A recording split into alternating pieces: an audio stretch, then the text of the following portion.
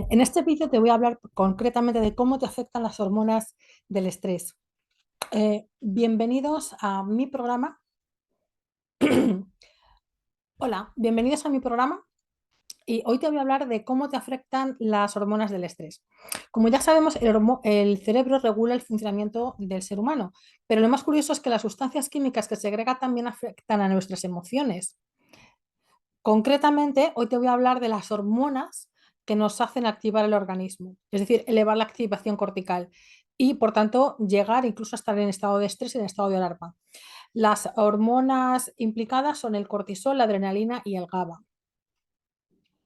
Por otra parte, también hay que decir que hay una serie de sistemas involucrados, sistemas nerviosos, tenemos involucrados en esta tarea. Por una parte tenemos el sistema nervioso simpático y el sistema nervioso parasimpático. Estos son sistemas nerviosos autónomos, es decir, se activan de forma involuntaria y trabajan constantemente para mantener nuestras constantes vitales. Uno es elevando el nivel de activación del organismo y otro nos permite relajarnos durante la noche o cuando vamos a iniciar el sueño, bajar el nivel de activación para estar más relajados. Bien, las hormonas que están implicados en cada sistema nervioso son unas y y en el sistema nervioso parasimpático son otras. Hoy me voy a las cuatro hormonas que trabajan o que funcionan con el sistema nervioso parasimpático, es decir, las hormonas relajantes, son la dopamina, la oxitocina, la serotonina y las endorfinas. Ellas producen lo que muchas veces se conoce popularmente como la bioquímica de la felicidad. Bien, también hay que decir que, ojo con ellas, hay algunas hormonas que sí nos interesa excitar y elevar, como es la oxitocina y la serotonina, las endorfinas, pero no tanto las dopaminas. Las dopaminas funcionan bien a corto plazo, pero a largo plazo produce habituación y, por tanto, adicciones. ¿Vale? Sin embargo, hoy nos vamos a centrar en las cuatro hormonas activantes del sistema nervioso que elevan el sistema nervioso, el nivel de actividad del organismo, es decir, el estrés, que son el cortisol, la adrenalina y noradrenalina y el GABA. Ahora voy a concentrarme en cómo afectan estas hormonas. En el caso del cortisol, es una hormona de estrés que se produce en las glándulas suprarrenales, ¿vale? Se ha establecido el cortisol como la hormona de estrés por antonomasia. La razón es que en el cuerpo, ante circunstancias estresantes, como de una emergencia, de una alarma, parece que por ahí puede venir una fuente de problemas, produce y libera grandes cantidades de esta hormona, la cual sirve como detonante para responder a dicha situación de forma rápida y hábil.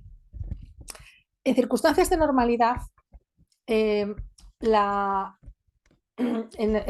si fuera una situación normal, pues la energía que genera nuestro cuerpo va dirigida a ejecutar las diferentes tareas metabólicas, ¿no? Que mantienen el equilibrio en las funciones corporales. Pero ante la aparición de un evento estresante o potencialmente amenazante, el cerebro genera una serie de señales que viajan hasta las glándulas suprarrenales, las cuales comienzan a liberar grandes cantidades de cortisol.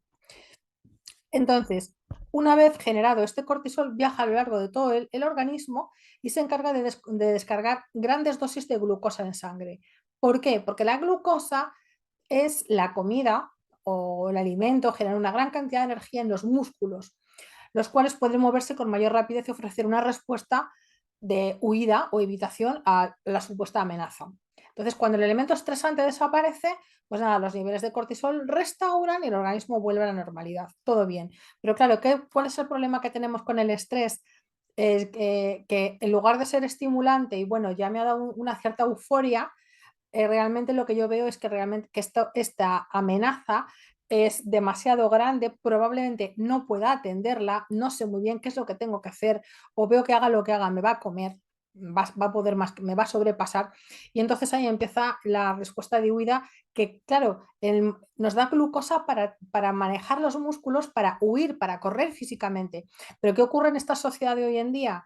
En donde yo estoy en una situación estresante, a lo mejor atrapado en el tráfico, a lo mejor haciendo un trabajo, puede que soy el conductor del autobús que está atrapado en el tráfico y no puedo escapar físicamente, no me puedo abrir por patas, o estoy en una excavadora, o estoy en una reunión de lo que sea, o estoy en cualquier situación en la que literalmente no puedo escapar corriendo. no puedo liarme a piñazos, a golpes con quien sea. Es decir, la respuesta motórica queda descartada. Como queda descartada, es que hacemos con esa glucosa que se va acumulando como una olla a presión en determinados músculos que se van contracturando. Pero claro, si este estado de activación cortical continúa muy prolongado en el tiempo, un día, una semana, dos, tres, cuatro, porque a lo mejor estás en un momento de trabajo de mucho proceso, de mucha presión, o estás en búsqueda de empleo, o tienes una situación muy delicada en casa, pues no lo sé, un problema de violencia doméstica, un problema de lo que sea, ¿vale? No sé.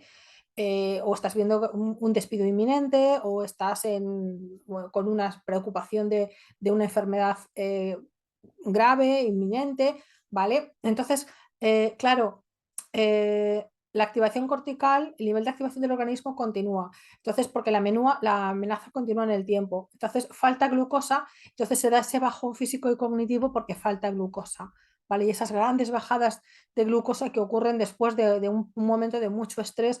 Incluso a lo largo del día puede ocurrir que tengas bajadas de glucosa, ¿no? Esto es una cosa que a mí me pasaba bastante. La adrenalina. La adrenalina es otra de las hormonas que intervienen en la activación del organismo y también se producen en las glándulas suprarrenales. Algunos factores como el exceso de cafeína, demasiado ejercicio físico o trastornos en el sueño nos predisponen a generar cortisol de manera más frecuente y en momentos que supuestamente no serían necesarios, elevando su segregación y por tanto se mantienen en el tiempo. La adrenalina o epinefrina es una hormona generalmente relacionada con la activación, la motivación y con esa energía que necesitamos en nuestro día a día para sentirnos bien, ¿no? Hay personas que les gusta, son un poquito adictas a la adrenalina y les gusta mucho el sentir esa activación, ese hormiguillo que te produce, ¿no? Entonces, cuando estamos ante una amenaza, se segrega más durante los siguientes 3 o 5 minutos y este intervalo es suficiente para poder reaccionar sin que nuestros órganos se vean muy afectados. Si pasamos de estos 5 o 3 minutos, ya empezamos a tener un desgaste, que aparecen síntomas clásicos del tipo de dolor muscular, tensión en el cuello, brazos o piernas, contracturas de cualquier tipo, mareos, visión borrosa, opresión en los ojos, dolor de cabeza, dificultades para dormir, dolor de estómago, cansancio persistente o hipertensión. Una hormona de la cual se habla muy poquito es el glucagón, pero a mí me gustaría citarla hoy aquí.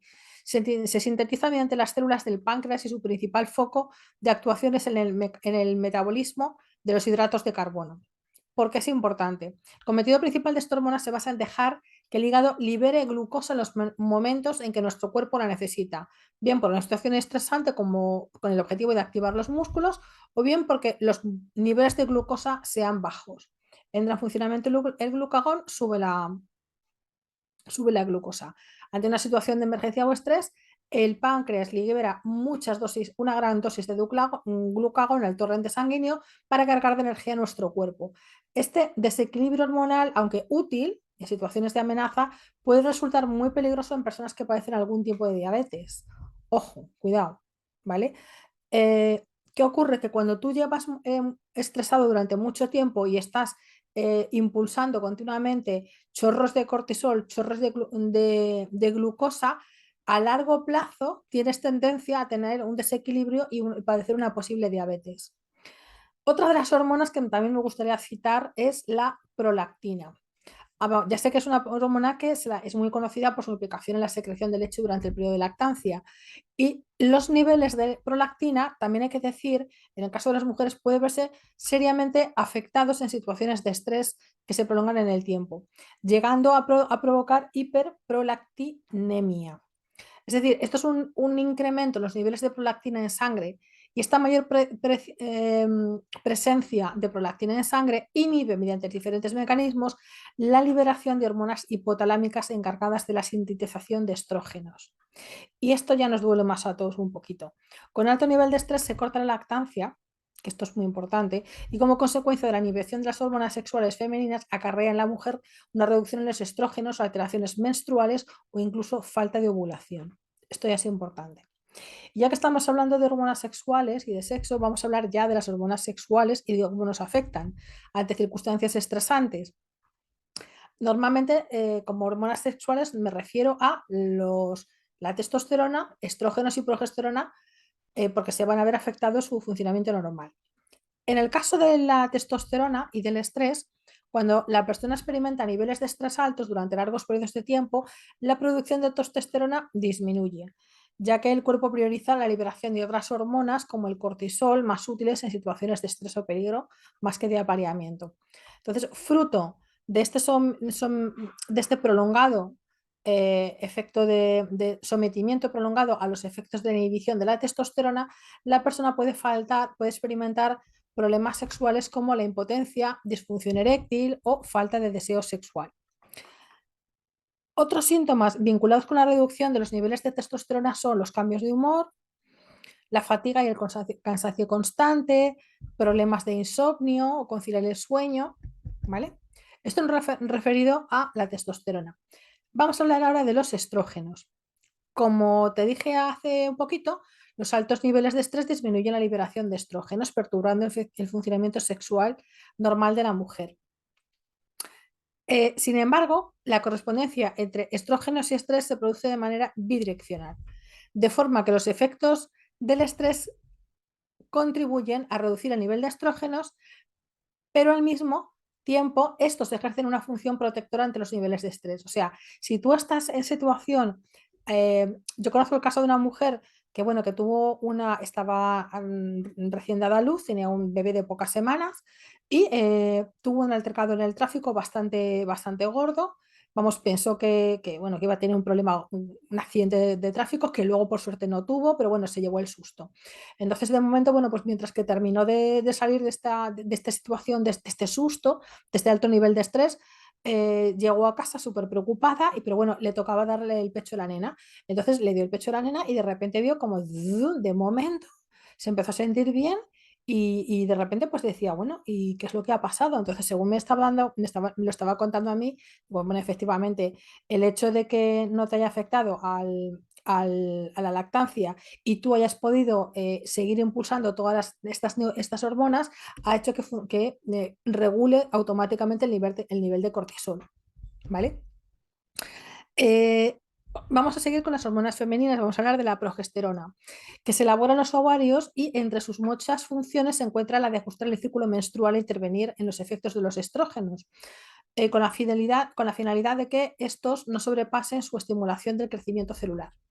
Cuando una mujer se ve sometida a situaciones y contextos estresantes durante mucho tiempo, la producción de progesterona disminuye, causando muchos efectos y síntomas tales como la fatiga extrema, aumento de peso, cefaleas, alteraciones en el humor y falta de deseo sexual. Conclusión, ¿a dónde quiero ir a parar? A que hay un nexo entre la psicología y la fisiología.